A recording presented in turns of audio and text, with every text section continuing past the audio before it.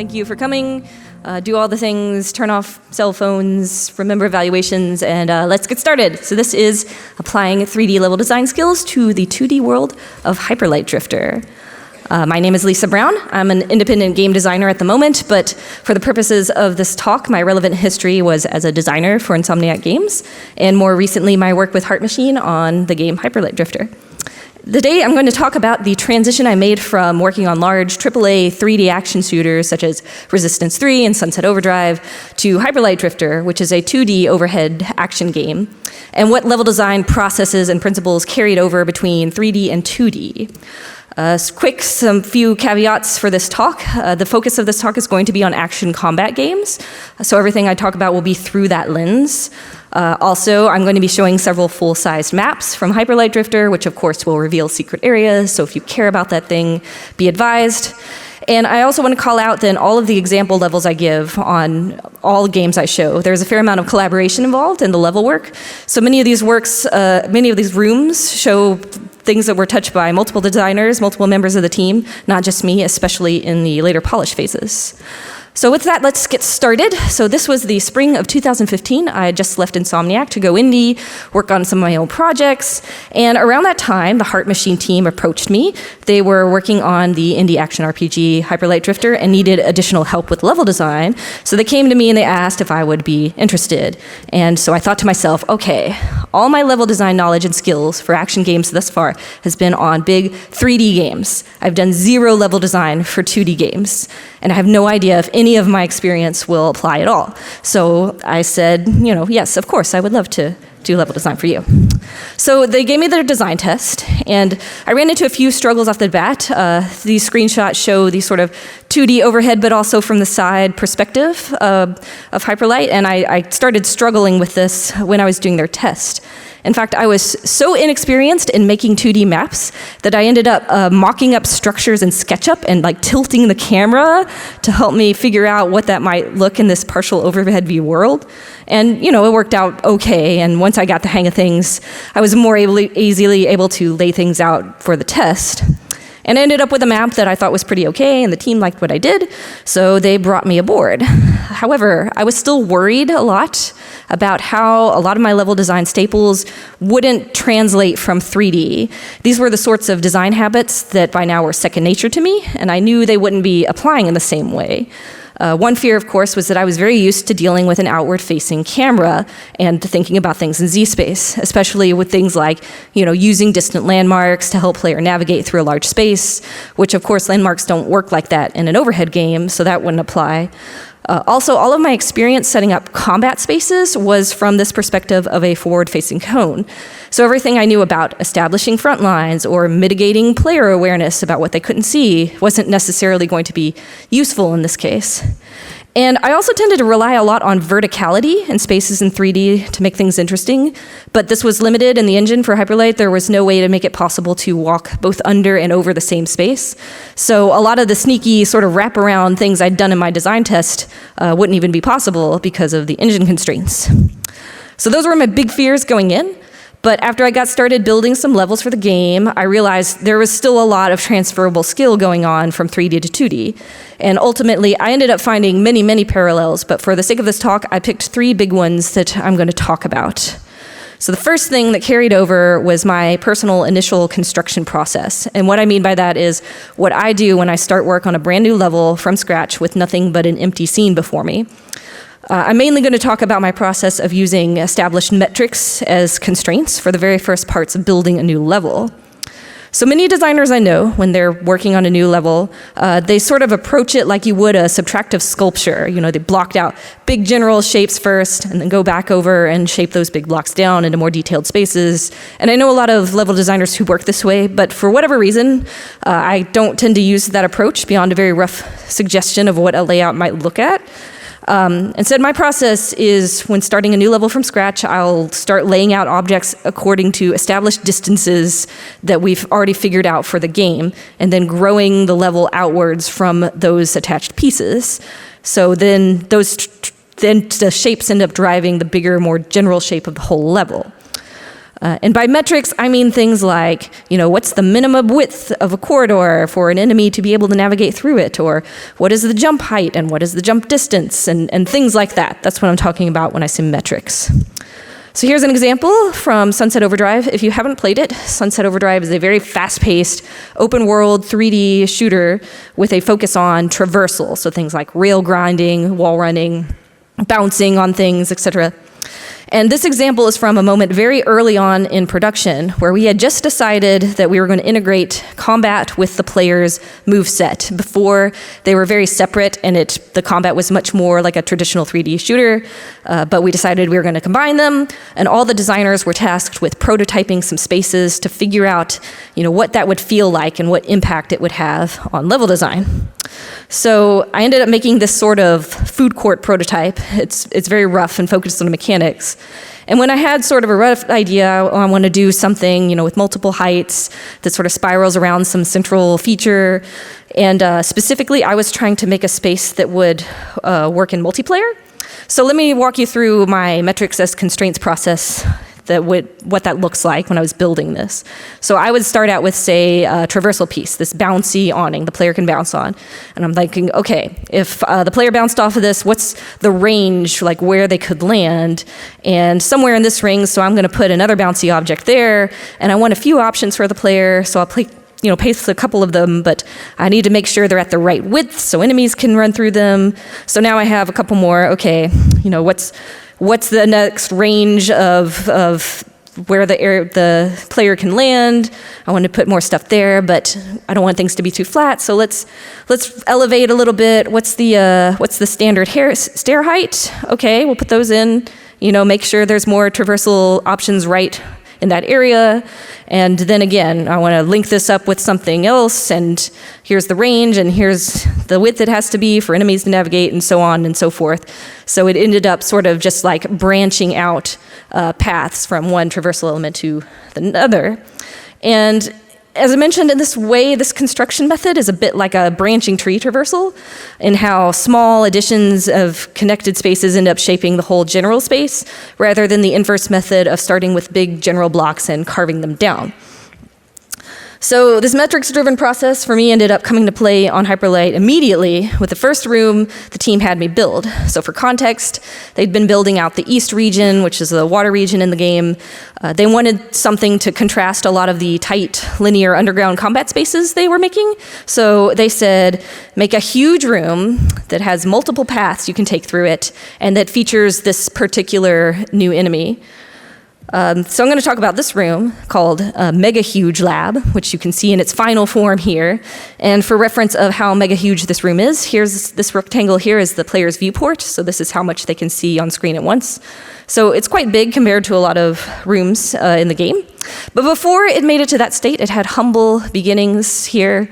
Actually, technically, it had even more humble beginnings, a really super rough sketch to have a relative idea of some different connected spaces I want to do. But we're going to start here because this is where that carryover from my Insomniac process started to come in. When I was faced with a blank room and had a vague idea of sort of what I wanted for the space, I found myself falling back on the same process that I did with that Sunset Overdrive prototype, which was start laying things out at distances that were already defined by existing metrics in the game and see how they connected. So in this case, the main metrics in question were the drifter's dash distance, like how far, like maximum, you could get across a gap. There were some fixed stair dimensions that had already been established that I use for distinguishing like vertical layers. And then of course, just the viewport size for the player. That ended up being the most useful constraint when building. So similar to the Sunset prototype, I started out by laying out blocks of the viewport size to get an idea of how much would be on screen in each chunk. And it just sort of, connected out as I was building it apart. And when laying out a section like this, which, this is very early and went through many iterations later, but just to get something started to iterate on, I would start with the drifter over here and measure what's his max dash distance here, and just branch out. So if you're curious, this is what the evolution of that room looked like over time. It went through a number of iterations driven by some enemy changes. The big feature enemy changed, a couple of hazard changes, but ultimately that rough initial connected structure, is still retained even in the final version. All right, so even though that's a sort of specific thing to my personal work style, the basic steps and principles of how do I just initially get started constructing carried over quite well, even though there were a lot of differences between 2D and 3D. So the second thing that carried over was this idea of using player defense and survival instincts to shape how I approach making the level. When I was at Insomniac, I worked under designer Drew Murray, and I remember him once saying this quote to me, defensive capability of the player in shooters is more important to level design than offensive power, which is very interesting. I had not considered that when I was, a young fledgling designer. So in other words, how a player survives and how they feel about survival has a really big influence on how you build the level, sometimes even more so than like enemy or weapon design. And this is things like, does your game have a health regen system? Do you have an explicit cover system? Basically, when the player is about to die, what mechanically do you expect them to do? And it has a huge effect on how you shape the space.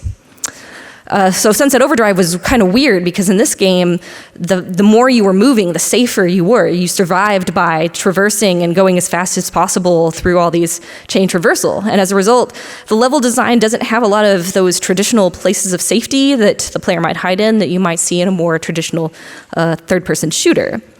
But Resistance 3 and Hyper Light Drifter have more similar defensive models. So there's no regenerating health, and the things you have to do to replenish health tend to be pretty risky, be that run out and grab a pickup in a dangerous situation, or using those stocked health syringes in Hyper Light. And thematically, the world in both is meant to feel dangerous as a whole. So there were some elements of the level design that were similar as a result of that. So as a brief aside, a lot of the terminology I'm pulling from this section is from the book An Architectural Approach to Level Design by Christopher Totten, who I believe is in the room somewhere. There he is, right there in the middle. Woo. This book does a great job of generalizing a lot of level design principles so they apply across many genres. And there was a section in the book called Emotional Level Design Through Survival Instinct. And as I was reading it, I realized it was giving terminology to things that I'd been doing many years just from intuition or experience. So it was great to have those terms. One of these things is this idea of prospect and refuge space. So to quickly paraphrase, this boils down to, prospect space is being vulnerable out in the open versus feeling safe in a hidey hole. And that's just the general gist of it. And in a lot of situations in action games, you'll see these patterns where you'll have someone in a safe space have to go out in danger to get to a secondary refuge space further out. And I really like this generalization because it's a principle that can apply broadly, regardless of the camera, whether it's 3D or 2D. It's just something, a way of giving terminology to a sort of natural habit of mine in level design. So like in Resistance 3, contrasting spaces of danger and safety were a frequent pattern. So you would often seek cover in these edge spaces that were, concealed and often next to very open, tall-ceilinged spaces. And this was a very common way of representing, refuge versus prospect space. This is a safe space, and this is where the danger is. And one thing I want to point out is the player feeling really comes across in the relation of these spaces to each other. So if you are crawling through a vent with a very low ceiling and not a lot of maneuverability, this in and of itself does not necessarily convey safety, especially because, if there were combat in this space, it would be very dangerous. But if you're in that same vent that is adjacent to an open combat space and you have the high ground, it feels very safe. The enemies aren't aware of you. It gives you a good vantage point of how to approach the combat. And it's just a very safe feeling compared to that's where the danger is, here's where the safety is. And then, of course, once the combat starts, it's no longer safe to stay up there and the player gets driven out into the prospect space. So when making spaces for Hyperlight, I found I was relying on the same principle of appealing to that survival instinct when creating combat spaces, even if the methods were quite different between 3D and 2D. For example, I didn't have ceiling height as a tool to differentiate prospect and refuge space, but I also found that it was more simple to create a feeling of the player being safely enclosed. So here's an example. There's a little refuge space after a haul of these crush blocks that you have to dodge. And it's just a little moment of safety before you have to go back out and deal with this turret up in the corner there. And it's really only conveyed by how it's blocked in and how you have to go down and around to move out rather than going straight through. It just makes it feel, more enclosed and safe.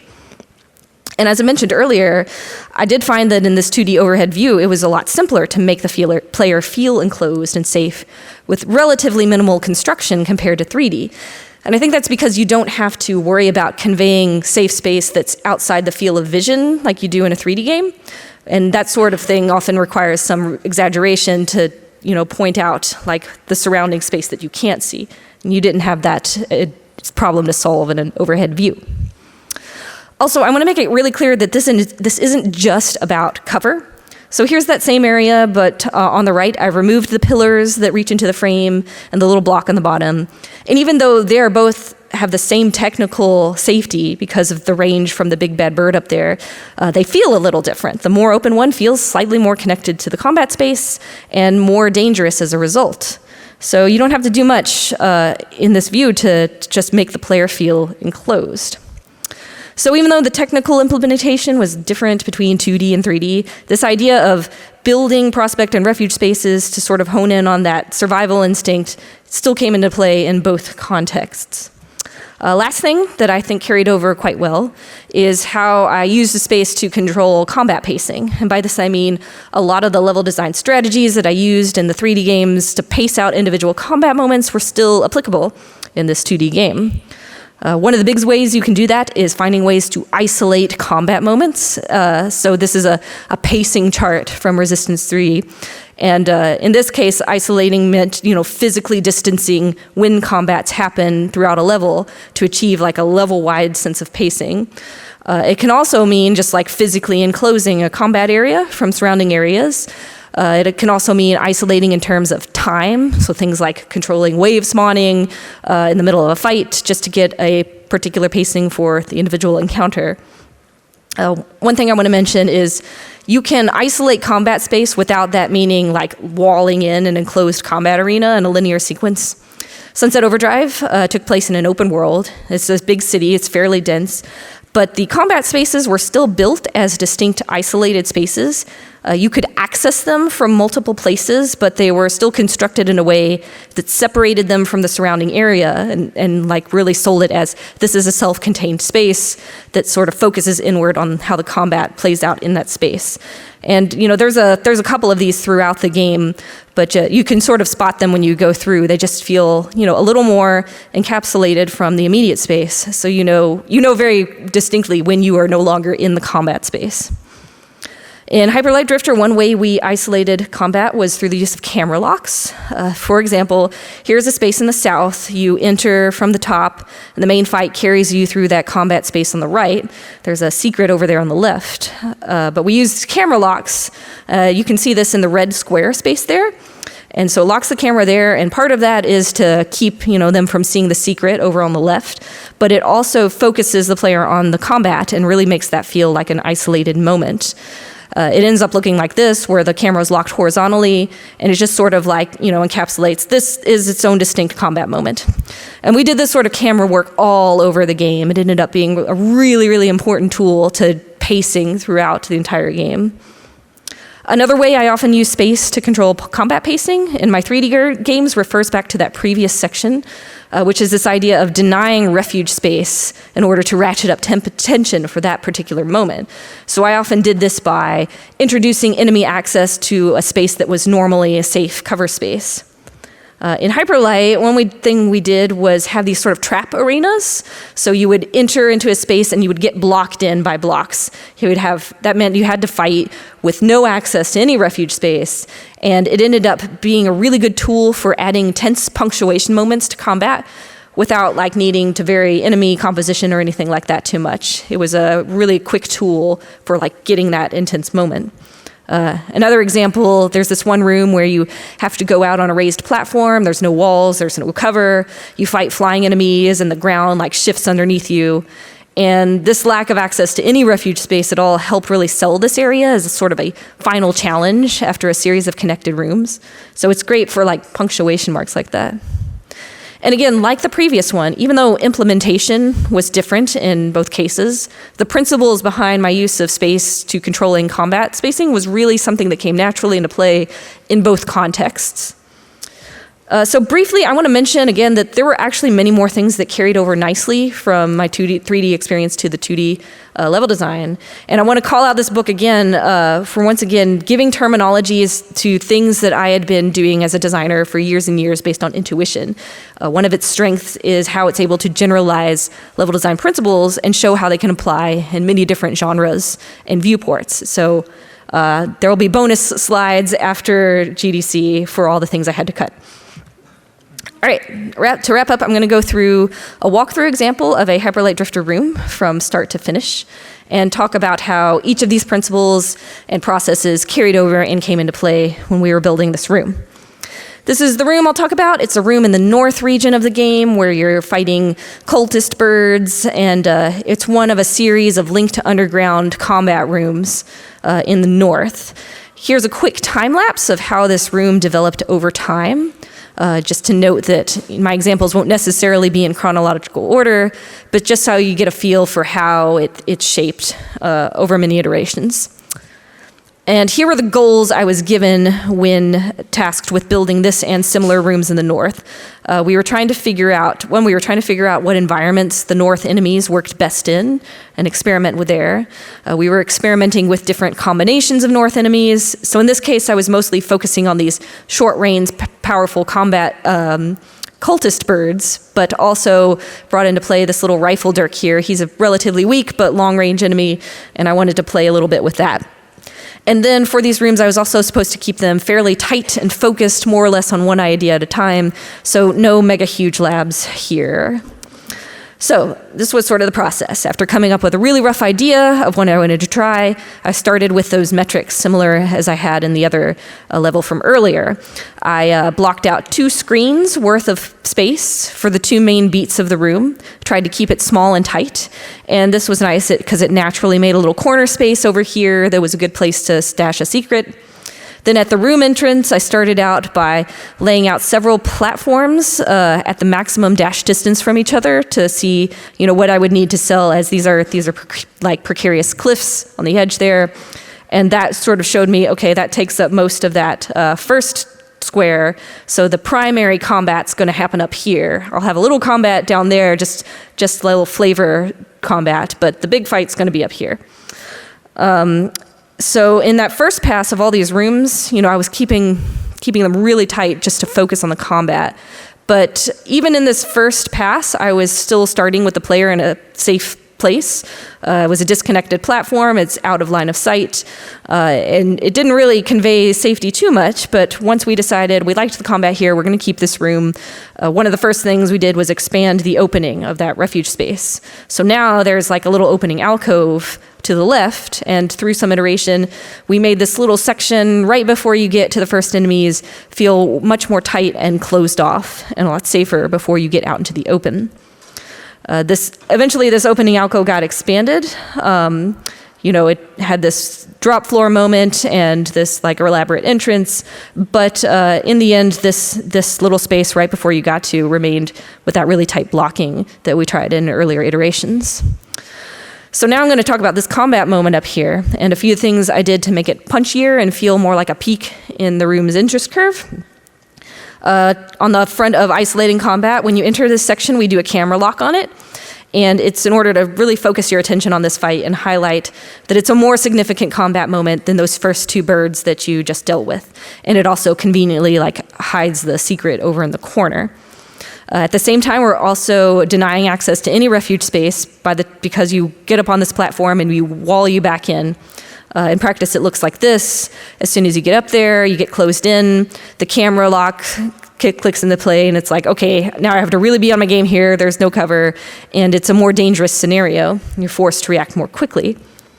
In an early version of this level, I had the right side of the gap completely open, so you were also having to deal with dodging the long-range attacks of the rifle dirks while fighting the close-range cult birds, but it ended up being too much going on at once. It was a little bit sloppy, so we isolated that part as another pacing beat. So you can see there's more combat to come, but we isolate it from this main part and open it up partway through, so it just sort of eases out of the climax nicely. It means there's a new threat to deal with, the long-range guy, but it's not like too intense, and it just eases out. Super nice. All right, so hopefully that walkthrough gave you some context for how I was applying some of these things. Many of them are connected and support one another, but the point is that these level design muscles that I'd built up doing 3D work still definitely applied in my workflow for the 2D stuff, and how I constructed space and how I made decisions. So, conclusion. The fears I had going into this project proved to be unfounded. Yes, there were a lot of specific methods that didn't necessarily translate, like anything relying on Z-space view, or my considerations of spatial awareness had to change, or even stuff like using those, closed ceiling heights to make the player feel enclosed. But the more generalized processes and principles that I referred to when designing levels very much applied to both contexts. My intuitions I'd built up making 3D games still worked and applied. And once again, these are but a small sample of the things that carried over. There's actually a lot that was generally applicable. And again, I'm going to recommend this book if you haven't read it. It's great. It really helped me clarify a lot of things and give some terminology that was useful to me.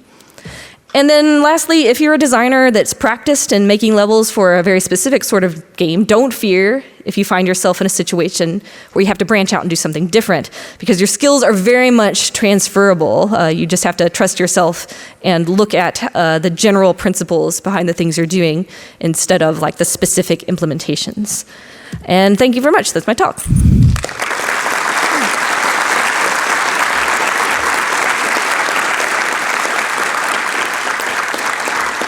So we have time for questions if anyone wants to come up to the mics and ask a thing. No questions. Or I could do a little dance, it's fine. Oh, right. Hello. Hi. So I was actually curious, were all of the enemies in this project virtually complete by the time you started designing levels around them, or was there a little bit of iteration on those in the process? So the question was if the enemies were complete when I was building levels using them. They weren't totally complete, but there was a lot that had already been done. In fact, when I was building those north rooms, one of the reasons they put me on that was they had prototyped some north enemies already, and they wanted to see, what are the spaces like that we're going to use these? And we ended up taking several of them and sort of combining their functionality to cut individual enemy types and figure out how we could get one enemy doing the same job of multiples. So there was a palette of enemies, but there was still iteration to be done, after trying them out in the levels and seeing, oh, this guy actually isn't very fun. We should probably cut it, and this guy can, also do that job. Mm-hmm. Over here. Hi. Excuse me. One thing I've noticed frequently happens when doing levels in 3D is that when art is applied, many of the things break and have to be redone or adjusted. I was wondering, first of all, you recognize this situation, and going to 2D, does the same thing happen, or does it happen differently? Could you speak to that? On this particular project, I didn't notice it being as much of a problem. So the question was about how in 3D games often, when you go from the gray box to the environment art gets in there, then a lot of things break, like visual cues or cover heights or stuff like that. And did the same thing happen? And I don't think it did, but part of that is because, it was a small team. We were all working really closely together, and they had already set up a pretty good established metrics for, this is the sprite size, this is the collision box, we can't change that, but we can change the art and make it pretty. After, I think Alex is somewhere here in the audience. We'd done a lot of it. He still had a lot of time to iterate and polish on the visual look, but it didn't really disrupt the level design much at all. But again, I don't know if that's a quality of 2D or if that's just a quality of this team's process that they made. Okay, thank you. Hello. Hey. In 3D level design, things like object placement, lighting, and weenies can guide players towards their goals and prevent them from getting lost. When you transferred to 2D, I'm curious how many of those lessons were transferable and what you discovered along the way. So the question is about basically how in 3D, placing objects to lure players' places, or show them like the goal of where they're trying to get to, and did that apply in 2D? It did, actually. That was one of my cut sections, was about using rewards, like denying rewards to like get the players curious and interested. It's just a different approach because of the view. So for example, there was a part of the level where, you know, you have these blocks, you can see the exit, and you see up here, like on a different level, it's like, you know, it's one of the big things you're trying to collect. And so you're like, oh, I need to get up there. But rather than, I need to get there and, you know, this is the steps I'm going to take to get there, it's, I need to get there, I know it's there, I need to like go and explore like off screen to find the way to get up there and have like a general relative idea of where to go. So it served a similar function of navigation, but the way the player like carries it out was a bit different. Cool. Thank you very much. All right. I think I have time for one more? Two more, okay. One more? Okay. Yes, go. Hi, thanks for the talk. You said that there are situations where an environment artist break your work because they do whatever too much or then they don't care about blockout, whatever. But how do you approach this kind of cooperation with environment art? While you're doing the blockout, the first pass, when you start to work on your blockout, do you like try to grab the feedback from environment artists to see how they feel and how they see the level? How does it work? So the question was, how do you sort of cooperate with environment artists when you're building the level to, you know, get their input so that things don't just break when art goes in? And it's different. It was different depending on the project, depending on the company. A lot, you know, on the games I worked on in Insomniac, we worked really closely with environment artists on the linear games. So, you know, I remember, you know, going to the environment artist with my very initial maps, being like, I'm thinking something like this. Can you see any problems? And he was like, oh, you're going to have like line of draw problems in this area. How about doing it this way? So working really closely one-on-one, like throughout the process helped. Sunset Overdrive was a little different because since it was an open world, it was more that we had like our main designer in charge of like the world traversal and the main environment artist. They were like, you know, had this symbiotic brain relationship of, you know, building the world together. And it was a lot more like using modular pieces from that. And again, similar, like owning certain areas and communicating with the artists from those areas from the beginning. And like I said on Hyperlight, the team was very small, so it was just sort of naturally implied communication. You know, we would, you know, at the end of the day, after I mocked something up, I'd have them come play, and you know, Alex might be like, this is going to look kind of janky, try and avoid, you know, jagged corners, you know, he had a set of metrics for visuals for how to make things look, you know, the best way they could, and so what things to avoid. So that had already been, you know, sort of established before I got on the team, so it was very useful in that regard. Thank you. All right, I think that's it. Thanks again, everyone.